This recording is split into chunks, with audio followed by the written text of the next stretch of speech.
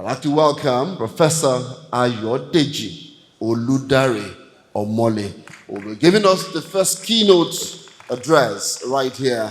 Thank you for coming, sir. Please, let's make him welcome as he's coming up to the stage.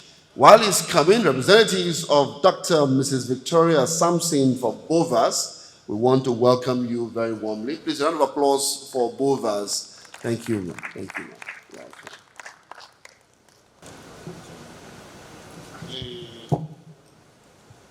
The Executive Governor of Oyo State, ably represented by the Honorable Commissioner for Education, Science and Technology. Just like you rightly said, sir, let me rest or stand on the existing protocol.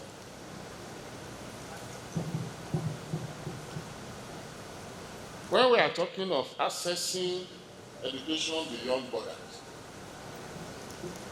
what are the opportunities and what are the challenges?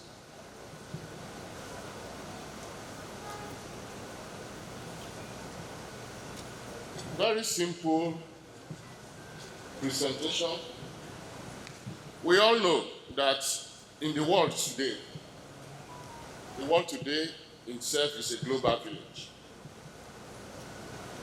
The world is now interconnected, both in terms of education and technology.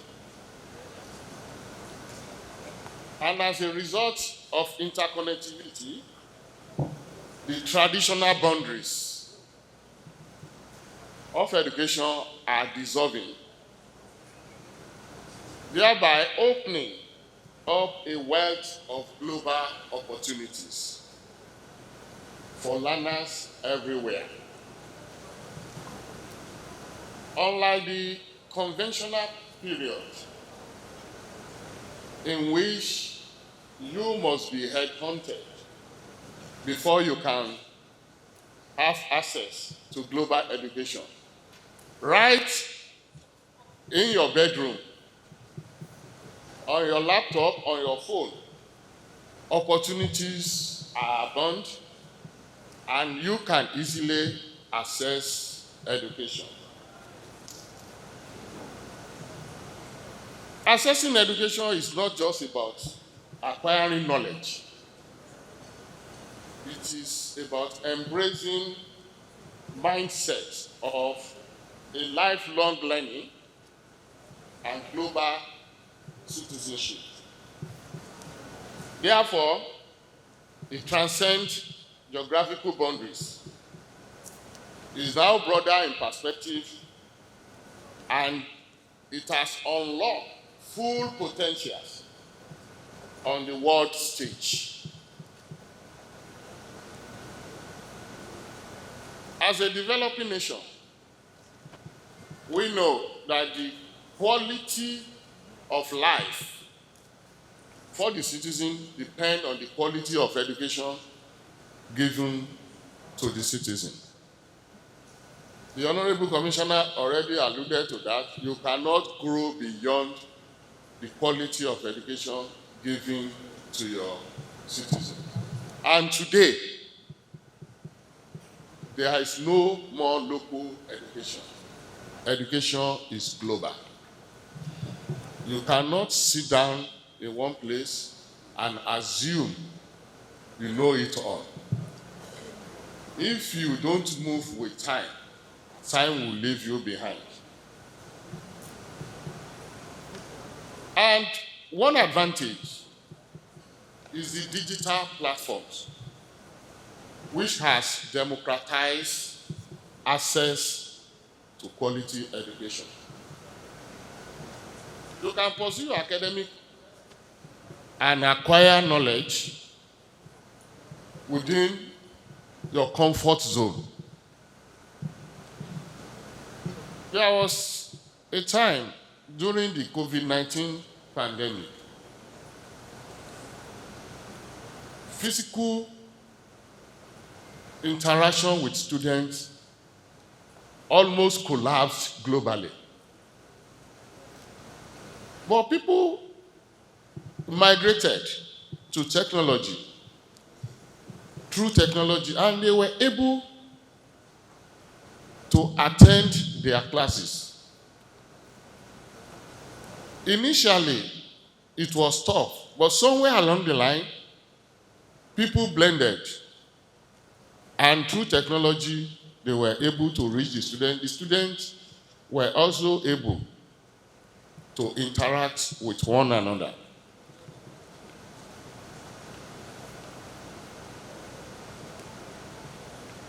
Global opportunities in education enables individuals to immerse themselves in diverse culture and perspective through three things. One, study abroad program, international conferences, and virtual collaboration.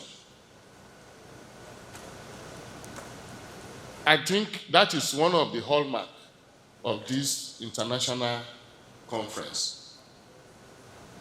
Apart from study abroad program, there is the international conferences opportunity and virtual collaboration.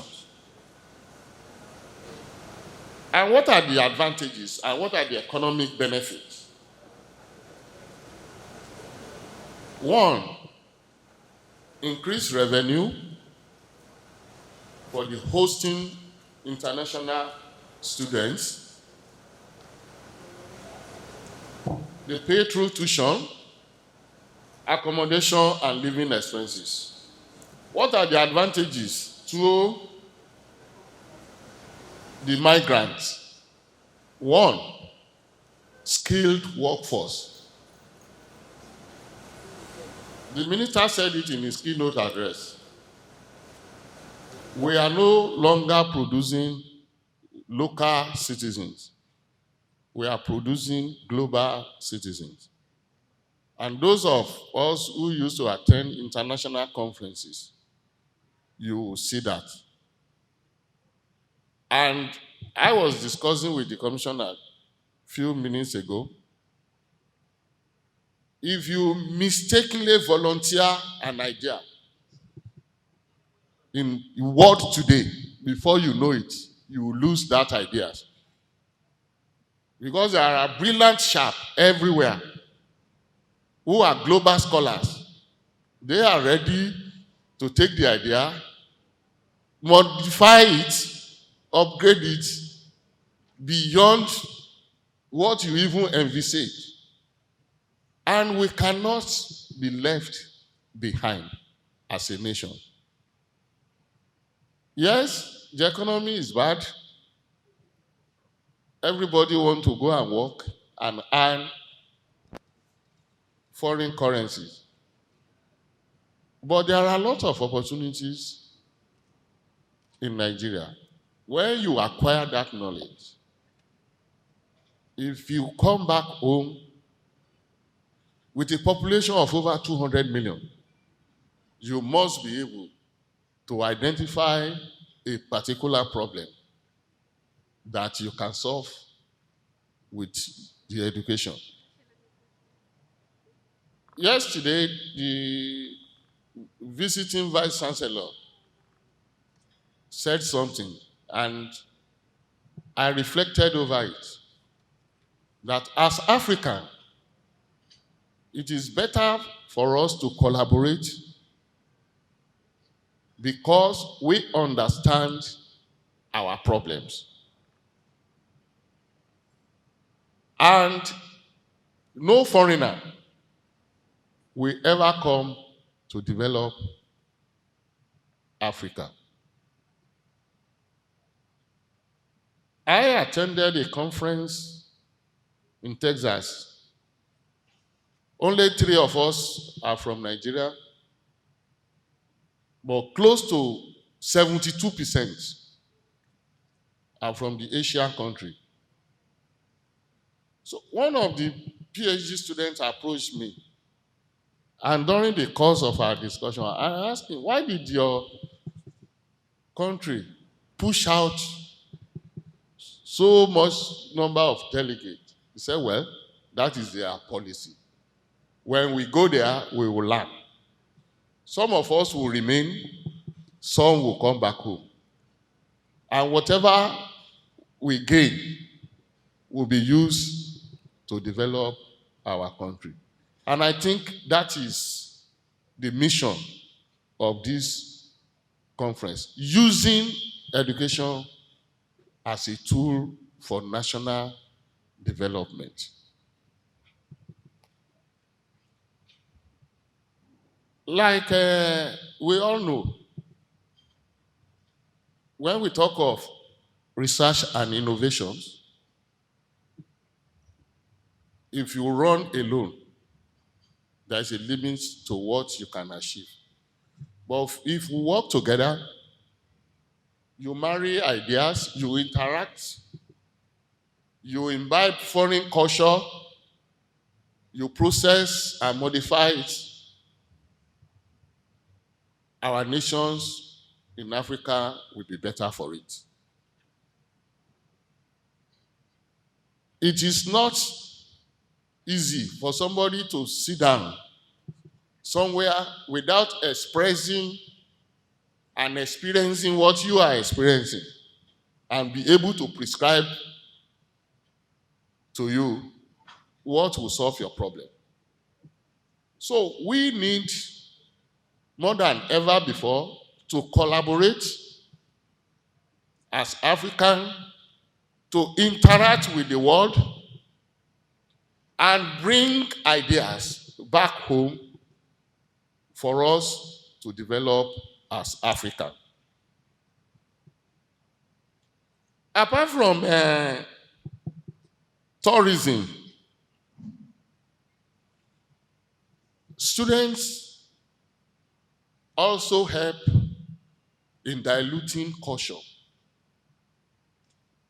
When the campus of Lautech was moved to Iseyin, the late Aseyin, we went to him and we pleaded with him, said, Kabezi, your culture will be heavily diluted because students from various backgrounds are coming into this community. You must develop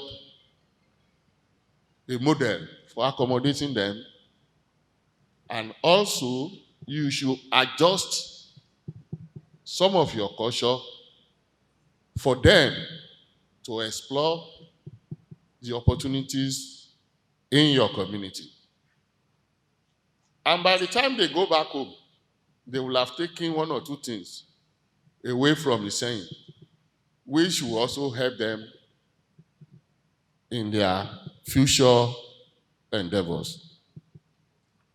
In overall, investing in international education can yield significant economic returns. You nurture talents, the global talents, fostering innovation, which will be global, and it will also enhance global connectivity. In conclusion, the era of globalization should be explored in terms of education in order for us to embark on a journey of discovery, growth, and transformation together.